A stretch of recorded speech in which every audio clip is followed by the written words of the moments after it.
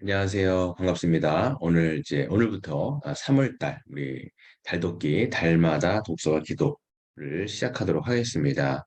이번에 저희가 볼 책은 이겁니다. 만남은 멈추지 않는다. 그래서 부제 같은 걸 보면 예수를 만나도 변하지 않는 사람들에게 어떤 부제가 달려 있지요. 그래서 예수를 만나도 변하지 않는다라면 예수님을 잘 모르고 또 나를 잘 모르기 때문이다라고 이렇게 이제 간단하게 쓰여 있는데 이 책에 대해서 한번 살펴보겠습니다. 먼저 우리 이걸 쓰신 우리 김영국 목사님은 어떤 분이시냐면 간단하게 소개해드리면 진실한 질문은 진실한 답을 가져다 준다라고 하는 모토를 가지고 사역을 열심히 지금도 하시는 목사님이세요. 나들목 교회의 대표 목사님이시기도 하고요. 하나님 나라 복음의 DNA 네트워크 대표이기도 합니다. 그래서 아주 사역을 열심히 복음을 많은 사람들에게 전하기 위해서 애를 쓰시는 그런 목사님이십니다. 음, 그래서 이 책을 쓰게 된 이유가 아마 SNS에 누군가가 난 예수를 만나도 변하지 않는다. 그거 어떤 댓글을 보시고 관심을 갖고 어떤 이제 문제들이 있기 때문에 어떤 장애물들이 있는가 이거를 하나하나 파헤치면서 쓰신 책입니다. 그래서 이 목차를 보면 다 하질 못할 것 같아요.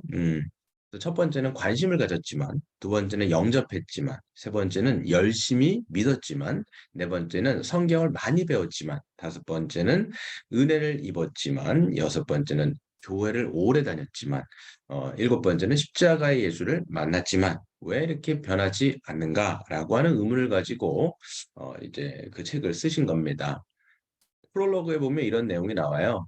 이제 그분이 이제 자전거를 되게 잘 타시는 분이에요, 목사님이. 근데 이제 그 올라가다가 한 고양이 한 마리가 거의 죽게 된 새끼 고양이를 이제 발견했는데 새끼 고양이를 집으로 이제 가져가는 면서 이제 이야기가 시작되는 거죠.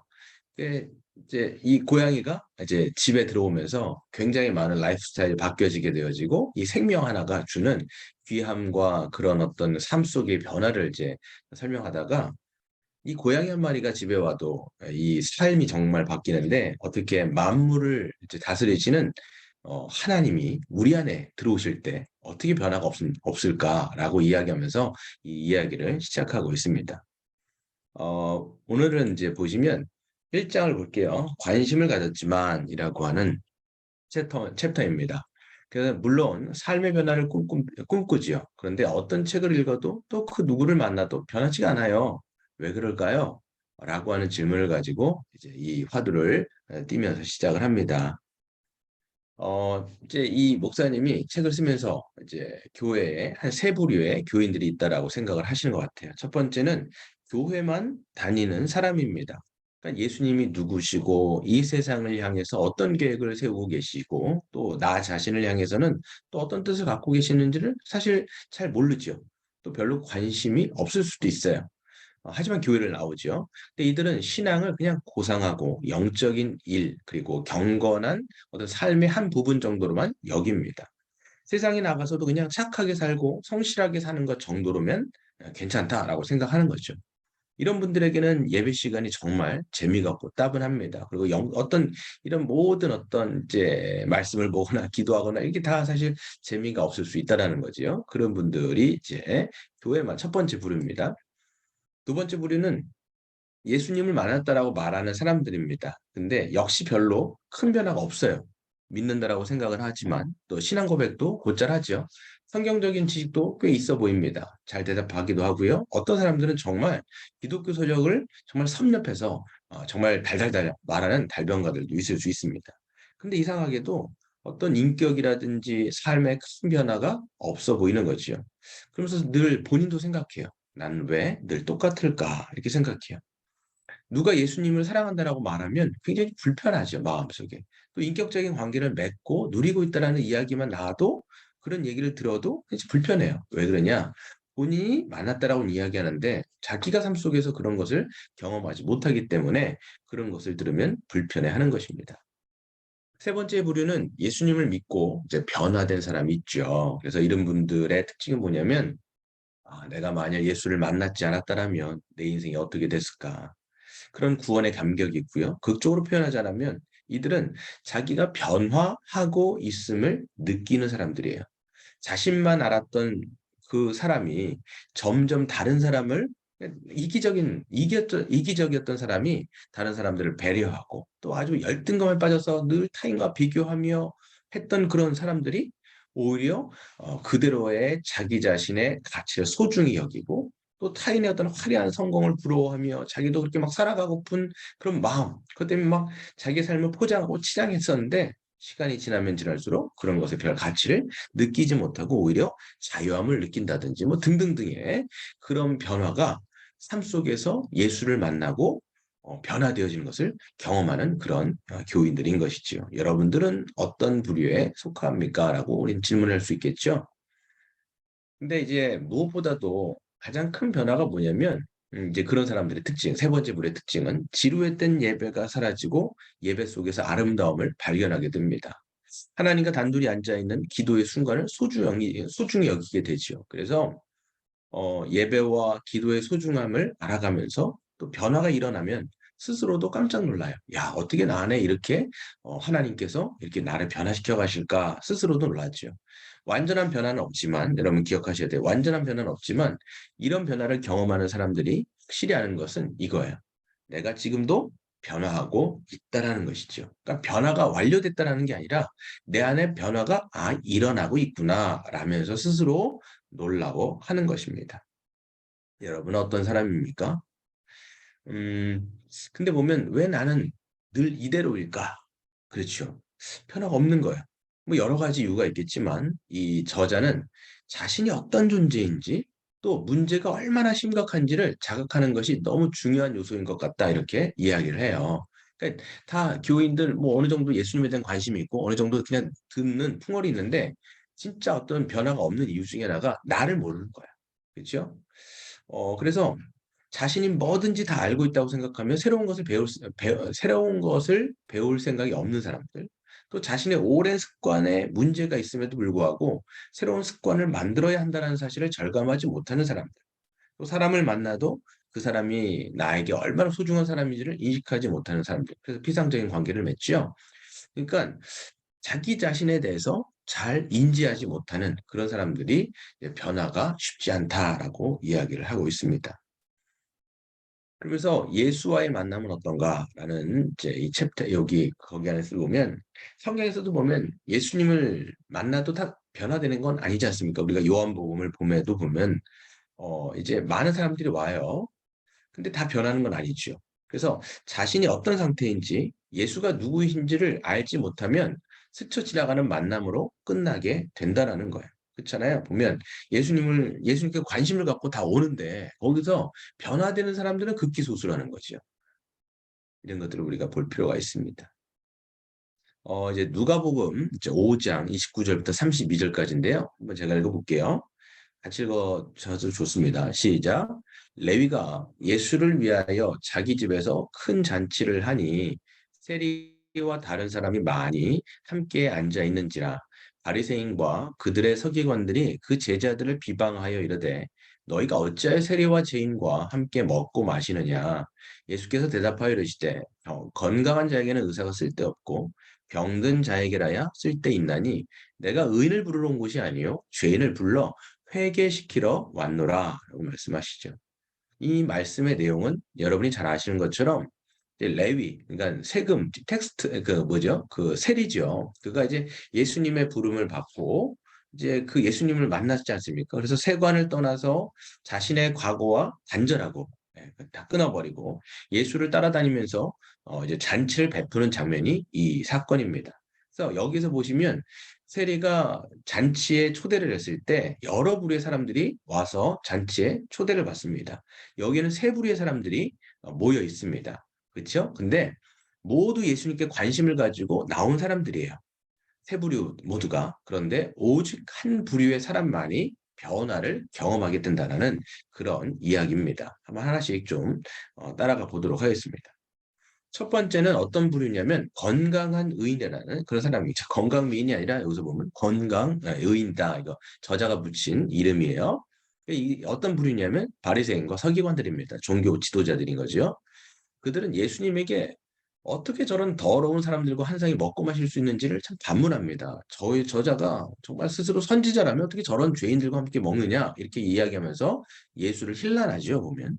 네, 여기서 바리새인들은 왜 저런 말을 하냐? 자기들은 율법적으로 그리고 도덕적으로 윤리적으로 굉장히 괜찮은 사람이라고 생각하는 아주 자부심이 강한 그래서 건강한 의인이라고 자부하는 그런 사람이었습니다. 그렇기 때문에 자신들에 비교해서 죄인들과 세리들은 아주 더러운 자들이라고 생각했던 것이죠. 오늘날에도 이런 부류의 사람들이 분명히 있습니다. 종교적인 분야가 아니라도 보통 자신의 분야에서 일정 부분 성공하거나 아주 모범적으로 사시는 분들, 또 양심적으로도 굉장히 잘 살아가시는 분들, 또 삶 속에 특별한 결핍이 없어서 별 문제 없이 살아가는 분들은 대부분 여기에 속할 가능성이 커요. 내가 뭐가 문제가 있지? 나는 참 양심적으로 살고 누구에게 피해도 주지 않고 난 괜찮은 사람이다. 이렇게 생각하죠. 그래서 이렇게 얘기합니다. 나만큼만 살면 괜찮은 건 아니야? 라고 생각하죠. 그러니까 이런 부분들에게는 예수님에게 관심이 있어도 예수가 그다지 자기의 삶 속에 필요하지가 않아요. 절박할 필요가 없지요. 그래서 이런 부류는 결코 변화되지가 않습니다. 한마디로 얘기하면 자기 의가 강한 사람은 절대로 변화되지 않아요. 이게 무너지기까지는 변화되지가 않습니다. 두 번째 부류는요, 병든 죄인입니다. 세리들과 죄인들이라는 거죠. 이 사람들은 자타가 공인하는 죄인입니다. 예. 그래서 세리와 죄인들 할 때 죄인은 그 당시에 자타가 공인하는 종교적으로 윤리적으로 아주 불결하다는 걸 자기도 인식하는 거예요. 여기서 죄인들은 대부분 뭐 강도라든지 또는 창녀, 몸을 파는 그런 사람들도 여기에 다 속해 있는 것을 알겠죠. 오늘날에도 자기에게 뭐 무슨 문제가 있다라는 걸 인지하는 사람들이 있어요. 여기에 속합니다. 그래서 양심에 걸리는 게 많은 거야. 떳떳하지 않은 부분들이 많은 거예요. 본인도 알아요. 인간관계에 있어서 문제가 많은 것도 압니다. 겉은 멀쩡해 보여도 다른 사람들이 알지 못하는 문제로 부대끼고 있다라면 여러분들은 병든 죄인인 거죠.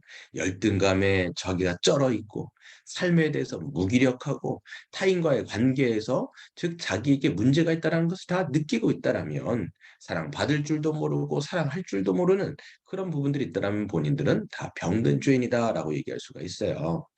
근데 문제는요, 병든 죄인이라고 해서 다 변하는 것은 아닙니다. 스스로 병든 죄인이라고 생각해도 변하지 않는 이유가 있어요. 왜? 여기서 저는 이걸 보고 좀 참 많은 인사이트를 받았는데 그래요. 나만 그런가? 이렇게 생각하는 거예요. 요즘 시대가 다 그렇잖아요. 자기를 합리화해요. 뭐 나만 그래? 저 사람도 그렇고 저기도 그렇고 다 그런 것 아니야? 그리고 나는 이렇게 사는 건 어쩔 수 없어 하면서 자포자기를 하거나 자기 학대에 시달리는 사람들이 있어요. 그리고는 절대로 하나님께로 안 나가죠. 그냥 그 상태로 있는 것입니다. 이런 병든 죄는 절대로 변하지가 않습니다. 세 번째, 회개한 병든 죄인이요. 예수님이 어떤 분이세요? 죄인을 불러 회개시키는 분이다라고 본인 스스로가 자기 사명을 이렇게 규정하지 않습니까? 앞선 두 부류는 회개와는 거리가 먼 사람이에요. 건강한 의인도요, 나만큼만 그렇게 살라고 해. 회개할 것이 없다라고 자부하며 살아가는 사람이 있죠. 병든 죄인도 다 그렇잖아 라고 얘기하면서 합리화하고 자기를 학대하거나 절망과 찬양에 빠져서 결국은 돌이키지 않는 것이죠. 근데 오직 회개한 병든 죄인만이 이래요. 지난 날의 나를 돌아보며 슬퍼하고 후회하는 것이 아니라 삶의 양식을 바꾸는 거야. 회개라고 하는 거죠. 회개는 뭐예요? 하나님 없는 세상에서 내가 주인 되어 내 멋대로 살아갔는데 이것이 잘못되었다라고 깨닫는 거예요. 그리고 하나님과의 관계에 눈을 뜨고 돌이키는 거예요. 아, 이래서는 안 되겠구나. 나에게는 절망밖에 없지만 그럼에도 불구하고 회개케 하시고 치유하시며 회복시키는 우리 주 예수께로 돌아가자. 이렇게 하는 자들은 변화된다는 거예요. 이것이 저자가 이야기한 내용이지요. 그런데 보시면요. 세 부류 모두 예수에 대한 관심을 가지고 만났지만 마지막 사람만 변했다는 것을 알 수 있습니다. 이 같은 변화를 위해선 자신을 정직하게 바라보는 것이 중요하지요. 예수님에 대한 관심만으로는 사람이 변하지 않으며 반드시 필요한 것이 뭐냐면 진실한 성찰이라고 저자는 얘기해요. 리플렉션인 것이죠. 그러니까 예수님에 대한 관심은 다 있어요. 근데 안 변하잖아요. 왜? 나를 잘 못 보는 거예요. 성찰이 그런데 어려운 위기가 뭔지 아시냐? 뭐냐면 거울이 없다라는 거야. 리플렉션. 자기를 반추해 줄 수 있는 거울이 없어요. 현대인들은 더 그렇습니다. 현대인들의 거울은 왜 그러냐? 다른 사람이 자기의 거울이에요. 그래서 남의 비추어 나를 평가하죠. 그렇기 때문에 때로는 내가 나보다 못한 사람을 가질 때는 우월의식을 갖고 나보다 더 괜찮은 사람을 가지면 또 열등감을 간단 말이야. 이게 힘들어요. 근데 또 교회 안에서조차도 자신을 비춰볼 거울을 찾기가 쉽지 않다라는 겁니다. 그래서 사람들이 얘기하죠. 예수를 잘 믿는 사람도 나랑 별반 다르지 않네. 이렇게 이야기하면서 자기를 또 합리화하고 스스로를 진실하게 못 본다는 것이 문제라는 것이죠. 근데 여러분, 나를 먼저 만나셔야 됩니다. 예수를 만나고 싶다라면 정말 나를 먼저 만나야 한다라는 거예요. 진짜 내가 누구인지. 그런데 자기 자신을 정직하게 바라볼수록 우리는 어때요? 이제 여기선 여러 가지 이제 얘기를 쓰는데 저 다 생략을 했는데 나중에 책을 한번 읽어보시면 내 안에 이제 성령께서 오시고 이것이 양심을 건드리실 때 이 정말 이 양심이 제대로 작동되어지면 우리가 실질적으로 절망할 수밖에 없어요. 그래요. 병든 죄인이라고 고백할 수밖에 없어요. 그리고 예수님을 정직하게 바라볼 수 있어야 되는데 예수님은 죄인을 불러서 회개시키는 분이구나. 이걸 알아야 돼요. 하나님은 우리를 버리시거나 내버리시는 것이 아니라 정말 자기를 정직하게 바라보고 나의 한계를 깨닫고 그리고 주님 앞에 절망을 가지고 나오는 자들에게는 소망이 되신다는 거예요. 그런 하나님이 나를 버리시는 것이 아니라 우리를 오히려 돌이키게 하셔서 우리를 받아주시고 사랑으로 품으셔 주시면서 우리가 그 안에서 정말 우리 스스로를 사랑할 수 있는 또 예수님의 그 사랑으로 우리 자체가 얼마나 존귀한 자인지를 보게 하시는 그 복음을 만나야 된다는 것이죠. 여러분, 변화에 대해서 오해하지 마십시오.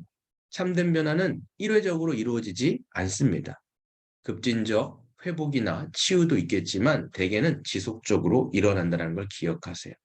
어느 한 영역만 변하면 내가 될 줄 알았는데 그게 변하면 연결되어 변화되어야 될 또 다른 영역이 있다는 걸 우리가 알게 되죠. 여러분 인생은요. 여러 영역들로 연결되어 있습니다. 점진적이며 차례대로 변화되면서 온전한 인격으로 또 다른 말로 말해서는 예수를 닮은 사람으로 변화되어지는 것이죠. 그래서 여러분 그리스도인의 삶은요. 평생 동안 성숙해 나아가는 그런 과정이라는 것을 기억하십시오. 우리가 정말 변화되고 싶다라면 우리가 단지 예수님에 대해서 관심을 갖는 것을 넘어 자신을 잘 성찰하라고 저자는 이야기하고 있습니다. 이거에 방해되는 것도 뭐 보면 SNS라든지 이런 수많은 것들로 우리의 관심을 빼앗는데 그런 것이 아니라 우리가 누구인지 예수님이 누구인지와 내가 누구인지를 진정으로 알아갈 때 우리의 삶 가운데 변화가 있게 되는 것입니다. 우리 기도 제목입니다. 여러분, 우리가 먼저 기도할 때 하나님, 내가 누구인지를 알게 해 주십시오. 두 번째, 내가 누구인지 아는 것에 방해되는 것이 있다면 하나님 깨닫게 해주세요. 자기를 합리화하거나 또 체념하거나 또 저는 이런 부분도 있을 것 같아요. 회피하는 거예요. 어떤 사람들은 자기가 누구인지를 자꾸 회피해요. 제가 보면 계속 회피해. 그걸 덮어둬요. 그리고 그거를 꺼내놓지 않습니다. 이걸 꺼내놔야 여러분 회복이 시작되어지고 내가 스스로 회피하지 않아야 그걸 직면해야 우리가 그 회복의 길을 가는데 잠깐 덮어두는 거 이거 병듭니다. 내가 얼마나 병들었는지 하나님 알게 해주시고 병든 죄인으로서 머무르는 것이 아니라 죄인을 부르셔서 회개케 하시는 예수님을 만나게 해주십시오. 그래서 예수님 안에서 점점 변화되어 회복을 경험할 수 있는 우리 물대농산교회 모든 성도님들이 되게 달라고 이 시간 함께 우리 자신을 넣고 같이 기도하도록 하겠습니다.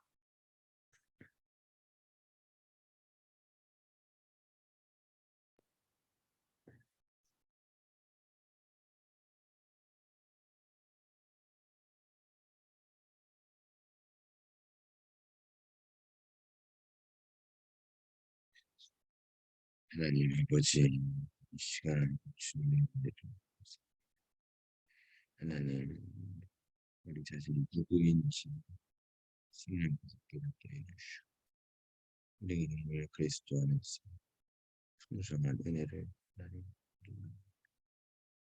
내가 누구입니까? 우리 자신이 누구입니까? 우리 안에 병들어 있는 것들을 보게 하옵소서. 우리 안에 있는 병들고 때로는 체념하고 절망하고 스스로 덮어두고 다른 사람에게 말하지 않고 하나님께도 말하지 않는 부분들이 있습니까? 하나님 이 시간 우리가 그 판도라의 상자를 열기를 직면하기를 원합니다.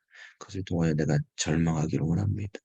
하지만 절망하는 것에서 멈추는 것이 아니라 우리를 사랑하시고 우리를 회개케 하시는, 우리를 치유게 하시는, 우리를 만져주시는, 우리를 정말 놀라운 주님의 사랑 끄집어내시는 하나님의 그 찬란한 빛 가운데 우리를 나아갈 수 있도록 붙들어 주시옵소서.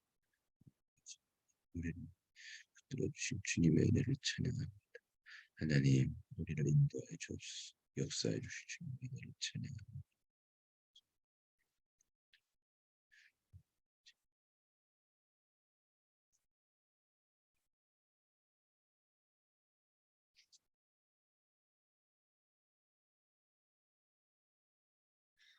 하나님 아버지 감사합니다. 오늘도 저희들 은혜를 베풀어 주셔서 또 성령의 은혜 가운데 하나님 이 책을 통하여 하나님의 또 음성을 듣게 하시니 감사합니다.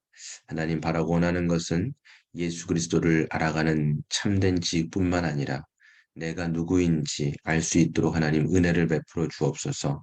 하나님 자기 합리화하지 않게 하시고 그걸 덮어두거나 회피하지 않게 해 주시고 하나님 직면하여서 하나님 그리스도 앞에 그것을 토해놓을 때에 하나님께서 우리 안에 착한 일을 시작하신 그리스도께서 우리의 삶을 변화시켜 주시며 그리스도를 닮아갈 수 있는 인격과 그런 신앙의 성장이 우리의 삶 가운데 있게 하여 주옵소서.